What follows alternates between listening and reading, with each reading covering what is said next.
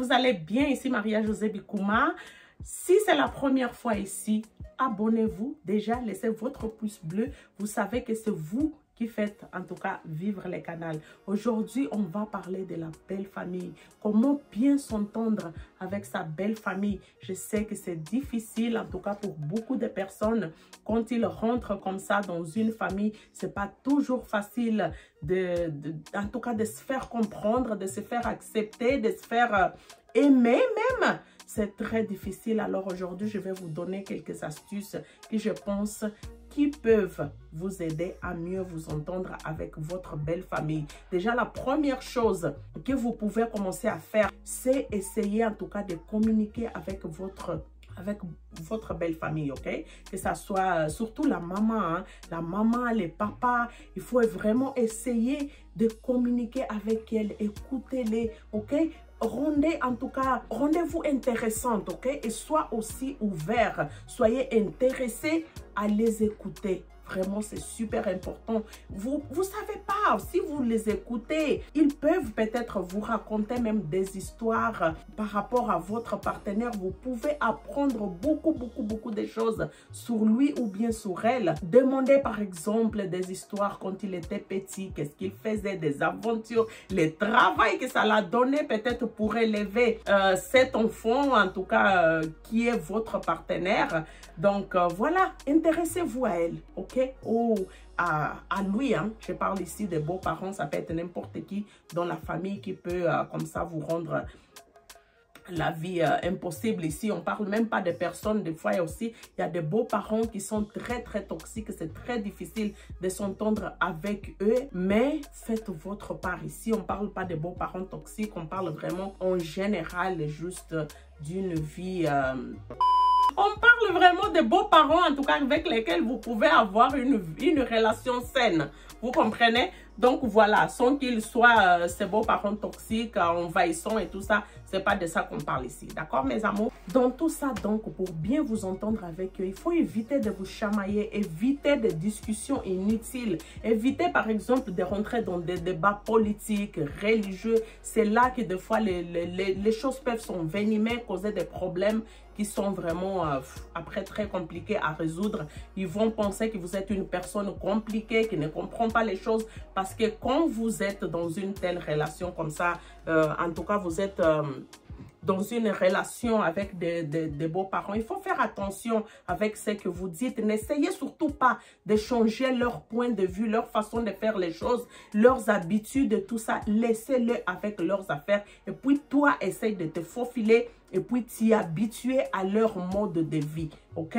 Il faut les laisser comme ils sont. C'est ça que j'essayais de vivre. S'ils jurent, s'ils crachent, s'ils rotent, s'ils font des choses qui, selon toi, sont insupportables, ou même irrespectueux ou bien pas très polis, laissez-les comme ça. Ils sont comme ça. N'essayez pas de les changer. Ça ne vaut pas la peine. Vous allez juste commencer comme ça à accumuler de petites bêtes, de petites situations, de petits problèmes qui de fois peuvent devenir très gros. Parce que personne ne change s'il n'a pas envie. Donc ce n'est pas vous qui va venir comme ça bouleverser leur vie, changer leur façon de faire et tout ça. S'ils vivent déjà comme ça depuis, le plus important pour toi, c'est de regarder ce que ton mari ou ta femme, en tout cas ta fiancée, fait. Comment votre vie se passe. C'est le plus important. Si vous pensez que non, la situation elle commence à devenir vraiment envenimante, je ne sais pas comment tu dis, mais commence à devenir trop difficile à gérer, parlez-en avec votre partenaire. C'est la première personne à qui vous devez parler. C'est à lui d'aller parler à ses parents pour essayer de voir et puis essayer de corriger la situation. Et puis quand vous le faites, il ne faut pas non plus le forcer. Dire que non, il faut absolument qu'il essaye de changer ou de corriger les comportements que ses parents sont en train d'avoir. Ce n'est pas nécessaire. Adaptez-vous. OK? Donc, comportez-vous bien avec votre belle famille. Comportez-vous de la même façon que vous vous comportez avec votre papa, avec votre maman. Essayez vraiment d'être agréable, d'être honnête, le plus honnête. Sois naturel. Ne pense pas que quand ils viennent chez vous, ils viennent déjà avec l'intention de vous tester, de vous juger. Non, soyez juste vous. Vous comprenez?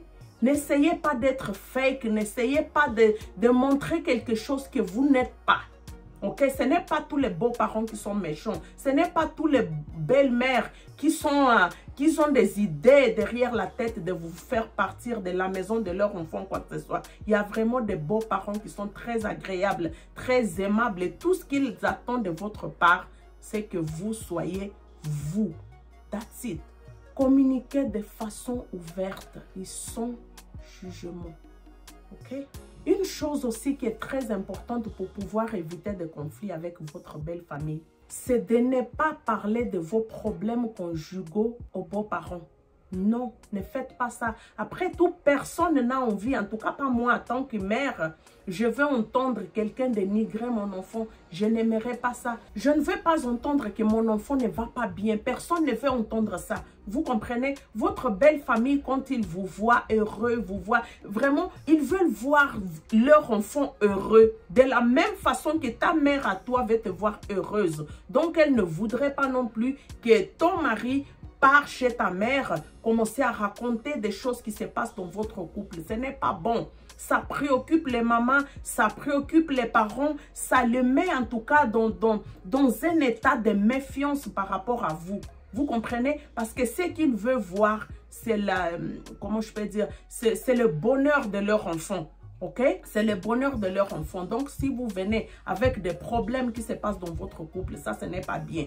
Essayez d'aller parler avec des personnes neutres, surtout avec votre mari qui est le premier concerné. C'est avec lui que vous devez résoudre les problèmes. Non pas à la belle famille, au beau-frère, à la belle-sœur et tout ça. Non, ce n'est pas nécessaire. Ça va juste vous amener des problèmes parce que lui, en tout cas, elle, la belle famille, elle va prendre en tout cas la défense de leur enfant. Même s'il a tort, ils vont quand même le défendre. Peut-être pas directement comme ça, te dire que bon, il a raison ou quoi que ce soit. Non, ok? Il peut avoir tort, mais ils vont se dire, mais pourquoi toi, tu n'as pas évité que cette situation arrive? Parce que tout ce qu'ils voudront, c'est juste protéger leur enfant. Il ne faut pas les en vouloir. On est tous comme ça. Personne ne veut voir son enfant souffrir. Une autre chose que vous devez aussi appliquer pour pouvoir éviter des conflits avec la belle famille, c'est d'imposer vos limites dès le début de la relation. Parce que moi, je dis toujours, en tout cas, il y a un proverbe qui dit chez nous que le mal ou mal se corte après la raïge. Ça veut dire que le mal, ça se coupe par la racine. Quand les choses sont en train d'arriver dès le départ, il faudrait déjà que vous commencez à faire comprendre à votre belle famille que il y a certains des comportements que vous ne pouvez pas tolérer. Par exemple, si votre belle-mère, elle s'invite chez vous à n'importe quand, n'importe quel moment, vous pouvez vous asseoir déjà avec votre mari, dire que bon, chérie, regarde, j'aime bien quand maman vient ici, parce que vous pouvez l'appeler maman ou belle-maman, peu importe votre situation. J'aime bien quand maman, elle vient ici. Mais s'il te plaît, est-ce que tu pourrais t'asseoir avec maman, lui expliquer que quand elle a envie de venir, de nous avertir en avance, parce qu'on doit se rendre disponible pour l'accueillir, on doit nettoyer la maison, on doit organiser les enfants, on doit faire ceci, on doit faire cela vraiment pour que sa visite puisse bien se passer. Vous comprenez? Elle doit vous faire savoir et ça, c'est avec votre mari que vous devez en discuter. Et lui, par la suite, il peut aller communiquer ça à sa maman d'une façon respectueuse. S'il donne, en tout cas, un commentaire, un avis sur l'éducation de vos enfants ou quoi que ce soit, ne vous fâchez pas. Mais dites-lui au moins, ok, maman, j'ai compris, mais je vais en discuter avec mon mari et nous verrons qu'est-ce que nous pouvons faire par rapport à cette situation. Si c'est de bons conseils, vous prenez. Si ce n'est pas un bon conseil qu'elle est en train de vous donner, vous prenez, vous mettez dans la poubelle. Pas besoin de vous fâcher, pas besoin de vous disputer, pas besoin vraiment de rentrer dans une guerre interminable qui des fois c'est vraiment inutile. Pour éviter aussi les conflits, ma chérie ou bien mon cher qui m'écoute, ajustez vos attentes, ok? Ce n'est pas tout le monde qui a les mêmes comportements. Je peux dire par exemple, si vous sortez d'une famille très très joyeuse, là où tout le monde se fait des bécos, s'embrasse et tout ça, se font des câlins et tout ça, tu rentres dans une famille, là où les déclarations d'amour, en tout cas les gestes d'amour ne sont pas très présents, et ils n'ont pas grandi comme ça. Il ne faut pas te sentir mal à l'aise. C'est juste leur façon d'être. C'est à toi de t'adapter. Tu es rentré dans cette nouvelle famille. Il ne faut pas essayer de changer leurs habitudes, de dire que bon, peut-être qu'ils ne me font pas de câlins parce qu'ils ne m'aiment pas. Non, C'est juste leur façon d'être. Donc, tu dois t'y adapter, ok? Si tu rentres aussi dans une famille qui est là où les gens, des fois, ils sont très envahissants, hein, ils viennent chez toi, ils commencent déjà à monter dans la chambre, ils commencent à aller ouvrir les frigos et tout ça. Ça rentre dans la partie de poser vos limites, ok?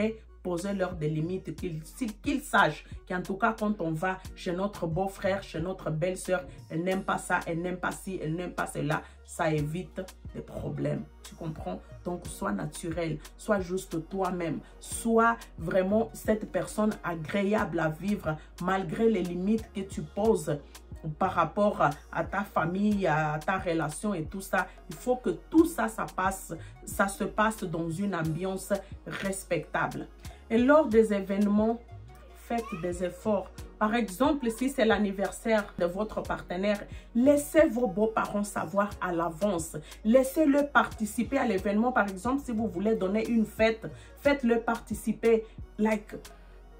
Cherchez un endroit là où l'événement doit se passer, tout ça là. Vraiment, essayez de rendre les choses agréables. Mais tout ça, vous les laissez participer, genre qu'ils doivent dicter. Ils ne doivent pas dicter ce que vous devez faire ou ne pas faire pour organiser vos événements ou bien vos vacances. Vous comprenez? C'est juste une façon d'être agréable, d'être cool, d'essayer de les faire s'intégrer dans votre vie et tout ça, d'y participer. Une façon pour eux qu'ils sentent en tout cas que tu es en train de les rendre utiles dans votre union.